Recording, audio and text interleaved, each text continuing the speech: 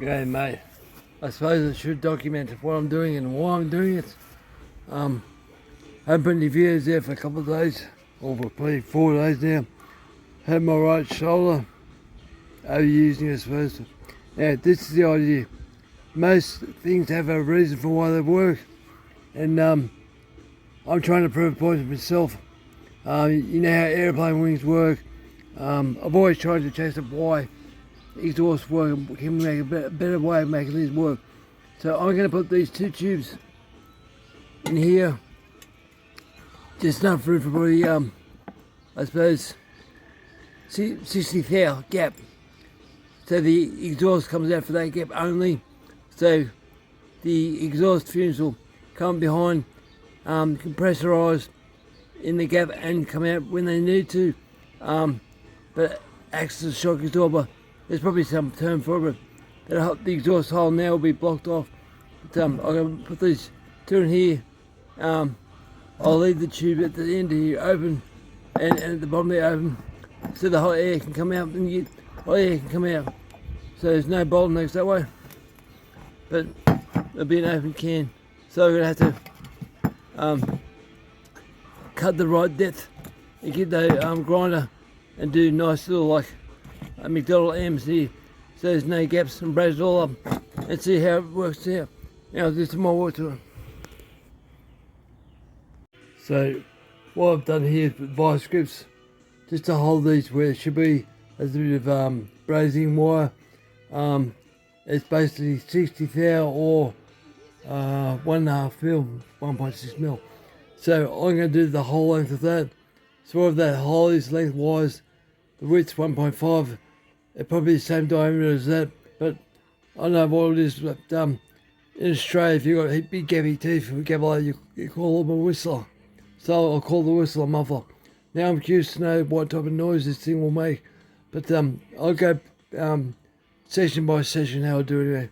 I've let this part space up. I'm going to brace that bit in the bottom bit. Don't worry where it sits in the muffler, and etch it out and brace that all up too. I suppose it's important to note that when you heat things up, you get loose and sometimes they get tight. So I got a nice fit just there, but I go down, it's tight. So it's probably expansion, but I'm going to end this. I just done this end for this side, re-brace the other end, make sure it's right gap, because it's a little bit tight down the bottom. But I want it to be the same 60 thou all the way through, which once I get that right, then I'll know if this works. But if you turn this big rectangle into a circle, how big will the hole be? Now I'll measure it all out when I finish and try and get an average of what the circumference is. But will it be as big as this hole or be as both these holes? I don't know, but we'll see what happens, and we'll keep going. Okay, so that's muffler. So normally it's set up like that, like upright. So yeah, see down, it's raining outside. So I want this to sit like that. Now my gap is pretty well set. Goes in there. Also goes up there. It's tight though. So I'd say it'd be 1.5. That measures out to 1.6 or 61 thou. So I want this to be like this. So I gotta make a capital M there, or a big M, so it fits in neatly. But I got thermal rise out of that, because this will surely heat up big time. I don't want to upset mounting bar holes. So I gotta do an M just here. So I'm gonna die grind that into that, braise it all up, and have access to all the bolt holes. I'll probably have to cut this mounting bracket here to make it work. But it should be interesting. I don't know how it's going to perform. I will test it out first with this hole unplugged. But once I've tested and I'm happy with it, I'll unplug that up and see if there's a difference. But let's go, we'll keep moving. Okay, that's them ones. Those three together.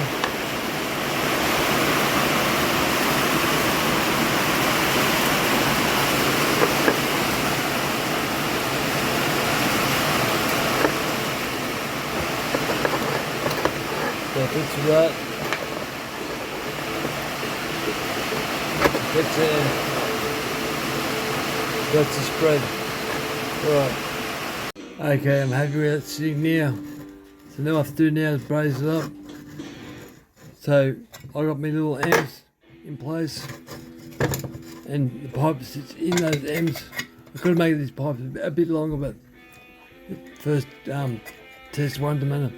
So I got to put them right in the edge there, right there. If you can see that, I'll brace it up so no exhaust comes out any of these gaps, only out between the two tubes. Now what I'm hoping to see happens, I have this pipe for my time being.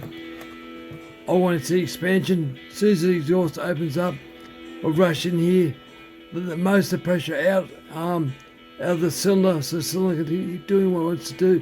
But once the transfer chambers, when the transfer chambers open up, I see, say 90% of the pressure out of the exhaust, but I still want to have some pressure in, but I still want a good flow out the exhaust.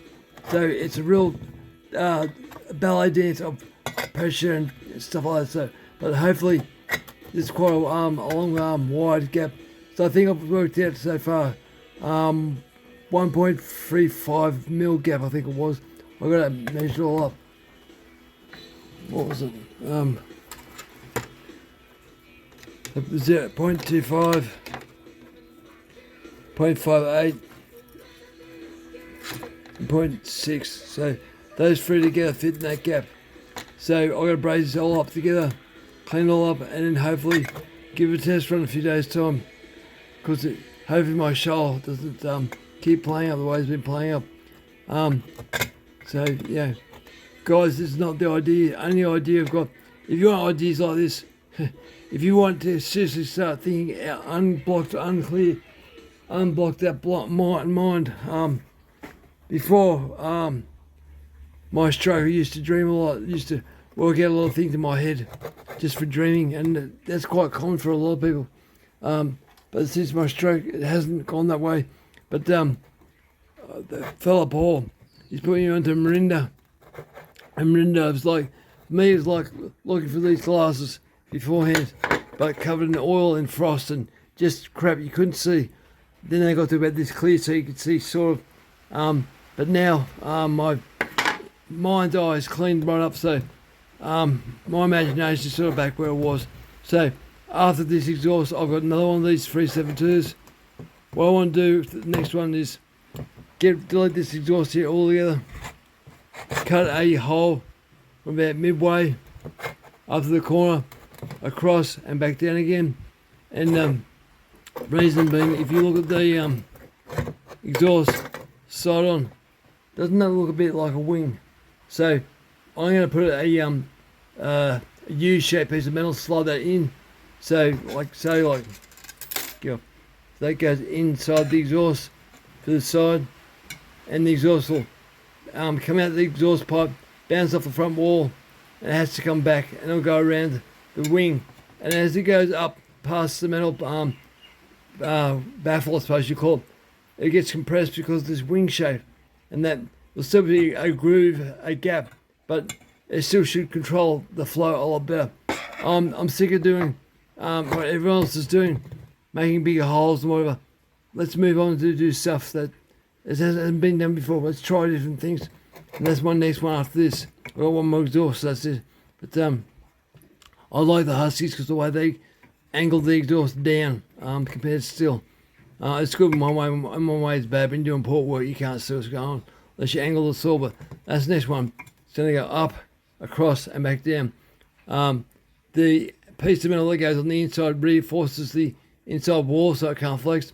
The outside wall, because it's still got a curve, will still be already enforced. So that'll be the next one in a few days' time. Because sitting down like this, funny enough, sitting like this, holding my right arm up as I'm doing now, is what caused all the pain. I've worked out since I've not taken Panadol because doctors won't give you painkillers no more. I can't sleep at night. My arm's killing me. The pain comes from my neck, so it must be an old injury that's flared up and it's giving me shit. But I'll keep going here. We'll get this braced up. So things to look for. I just had to clean this up and paint it, but I missed this hole and that one and the little one here. The rest, nice clean seal through that, seems like. I'll check it all out, but I'll see how I back out that one there, maybe. I don't think so. The bottom end, bottom's nice and tight. The side's nice and tight. That screw hole there is a bit blocked, but I'll probably just do one reinforcing. Probably just one. Might do two, yeah, I don't know yet. No, it should still be able to hold that. I'll cut this in half. Still can hold that. The main holes aren't blocked at all. So I'll just fill them up and then I can paint it. Okay, so I just finished brazing it up. Clean up the end there. There's no holes. No hole in there. So I'll just clean wire brush and get some paint on it. Okay, so I've just put it together, it's finished. Still got the muffler gasket on the back. Didn't burn it off, I took my time. I've done the best I can when it comes to the gap. But the gap is a bit higher at the top. Don't you can tell that.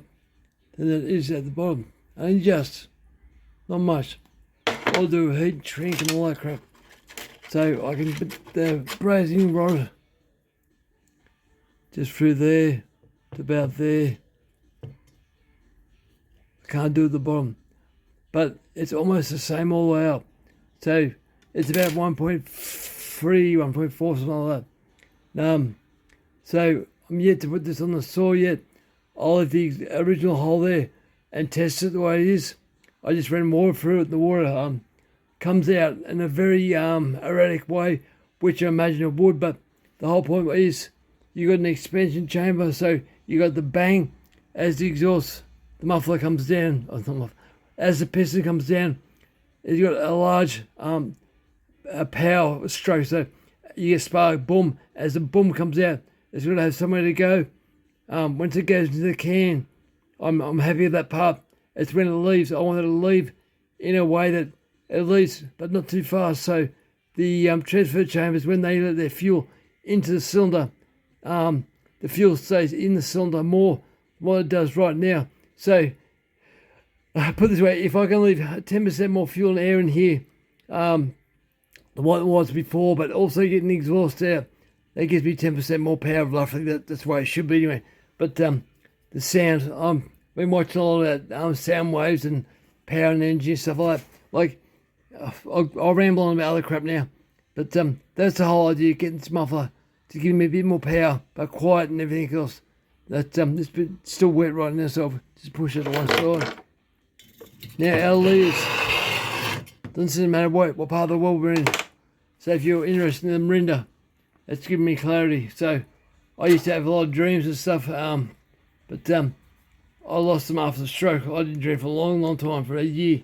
But thanks Paul, because now I'm having dreams and stuff. Even when I have me old man nap in the afternoon, I can analyse what's going on in my head. I've had shocking pains in my right arm. Over Boxing Day, I fell over a couple of times. One time was my own stupid fault, but that time was a nail in the floor. The nail was up just a bit. It was a air nail gun nail from years ago. It came out of the floorboard and it actually dug into my left foot, my good foot, and I couldn't move my foot. So as I went forward, I couldn't move that left foot because it was stuck to the floor because the nail was stuck in the rubber in my shoe, and that caused me to fall flat in my face. But that hurt. But yeah, so if I'll go close up. So if you guys want some of this stuff, it's just clarity. It's like pulling your glasses off and seeing clear all over again. It does a lot of blood pressure and stuff. My blood pressure's gone down too, by the way. But it's if you want us to think clearly and don't think the way they want us to think for yourself. I highly recommend it. It's good stuff. I don't intend to get an offer. Now, Iran. Now, politics are always telling us what we should and should do. I'd like to see people who are on these huge wages over 100 grand a year. My belief is for every job, if you want a good job, you start from the bottom and work your way up the top. I don't care what industry it is. You got to start at the bottom and work your way up. So when you do become a boss, you've got experience and you know what you're doing. No point going to university and go, I know this, I know that. That's bullcrap. You need to learn it firsthand. If you don't know it firsthand, It's a waste of time. Like, for example, this stupid thing here. This is quite a modern kettle. It's been around for ages, years. Like technology-wise, it's probably been, say about 1970. They started changing 1970, 1980, something like this. So a coil in the bottom of wire, and it'd boil the water faster, hotter. But they went away from that because people had to replace the element quite often, and people got the shits for that, but it worked.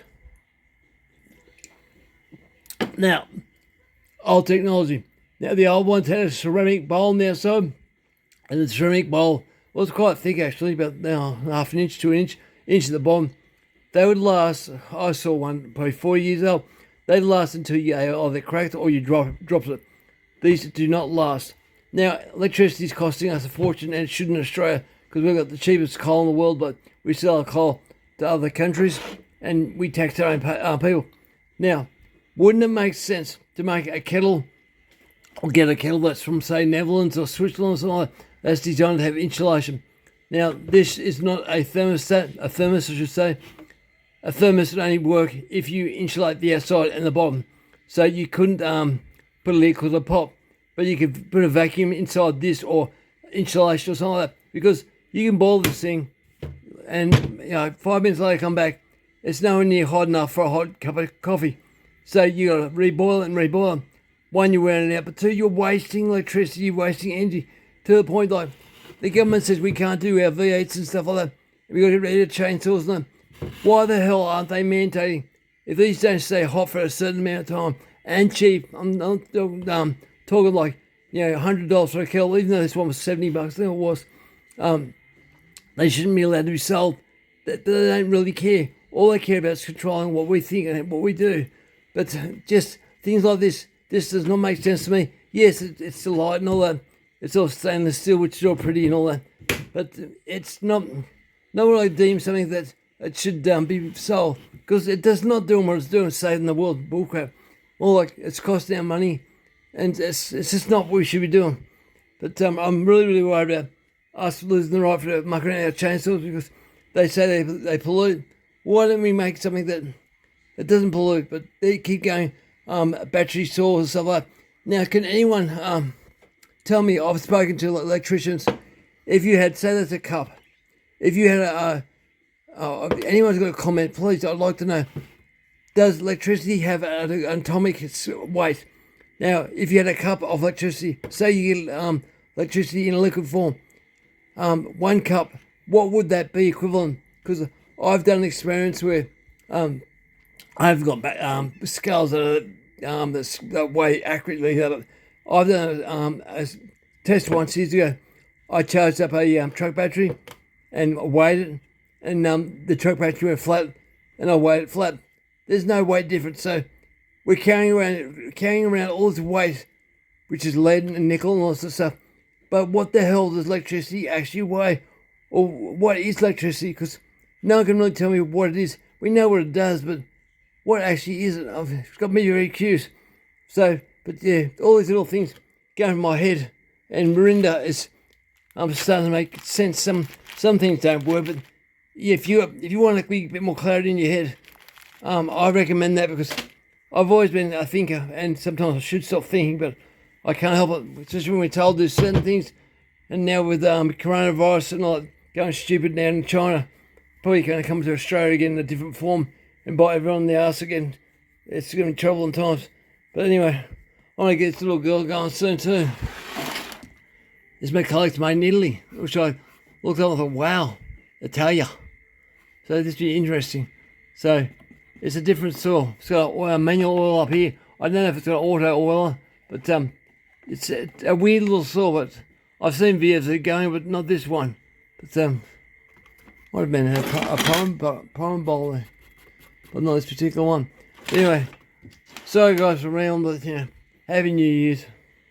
One thing I will mention, I should have mentioned before, if you're into politics, you're there to serve us, not serve yourself. Yes, you have to make a certain amount of money if you look after your family, your kids and all this sort of stuff, but as it comes to feathering your own nest, get stuffed, you're there to serve us. You want to do that, go be a lawyer or some other crap, but don't be in politics thinking you're there for yourself. You're not. You're there to serve us. But too many people get involved in that. Then they start doing stuff like leave laptops are behind and think, well, I'm not paying for that. They'll get themselves in trouble eventually, but let's see what happens to that. Beyond that, who we talk about there. This is a curtain rod. That's what I'm using for these pipes here, curtain rods. So you're looking at 19 mils. What's that inch? That's inch .749, where the hell is an inch. So if you want to muck around, I use this curtain rod here because when you're using the blowtorch, it heats up really quick. What I didn't do though is using a seam. I would have faced the seam inwards if I saw the seam, but I can't see a seam in this particular one. I just see, yeah, the seam just there. So that way it wouldn't break over time. But let's see that happens. Or even worse. Also, what I'm going to do, I'm going to modify this bracket here. So I'll cut this bracket out, but I'll build a bridge from the top edge here up and over. It goes over these pipes, so I'll just bolt straight on like that. But the way it is now, it's about half an inch too high, but that's the way it should be. Bolt on, so there's nothing to vibrate or come loose. But yeah, politicians beware. Things are going to change. We vote someone in, we vote them in for us to have a better life, so things can be better for us and our families. And yes, you can look after yourself to a point, but you're not there to feather your own nest. Like, I've always thought, if someone wants to do the job, do the job for the right reasons, because I see too many things going on around the world that I don't understand who's doing what and who's in charge. I should start telling some of the stories I've been told over the years. Anyway, guys, I'll put this video together and put it up. Alright, thanks for watching.